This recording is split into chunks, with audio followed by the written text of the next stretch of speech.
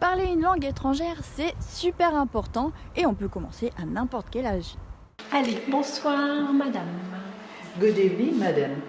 Good evening. Que puis-je faire pour vous? Je sais déjà. What can I do for you?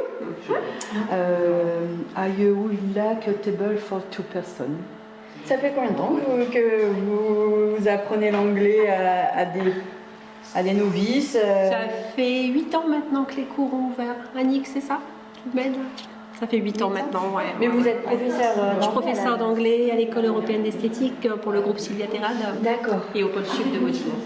Et vous avez décidé de faire des cours pour les habitants de Saint-Aubin? Voilà, pour les aider. Dans un Saint-Aubin. Dans un Saint-Aubin. Et environ.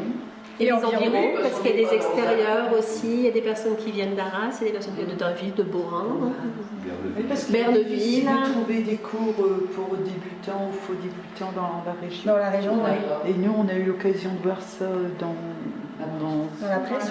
dans la presse et on a trouvé ça vraiment intéressant. C'est vrai que c'est bien. Oui, oui, oui, oui.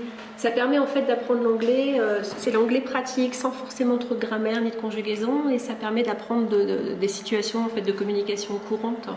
L'arrivée à un hôtel, l'arrivée dans un restaurant, les mises en situation dont on a besoin en fait pour voyager. On retient bien les expressions toutes faites, hein. Même si on ne se souvient pas vraiment de ce que veut dire le petit mot du milieu de la phrase, on arrive globalement à se débrouiller, et à se débrouiller. Hein. C'est sûr que l'ambiance est plutôt bonne. Yes, but you have to speak English. Okay, You must speak English. And you, do you speak English?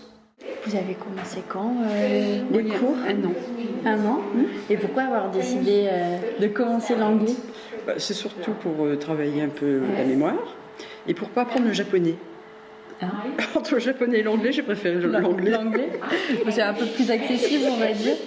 Et pour vous, c'était important d'apprendre une langue étrangère? Oui, parce que quand on est à l'étranger et puis qu'on comprend rien, c'est vrai que j'ai jamais fait d'anglais. Au moins, l'anglais, on peut se faire comprendre un peu partout.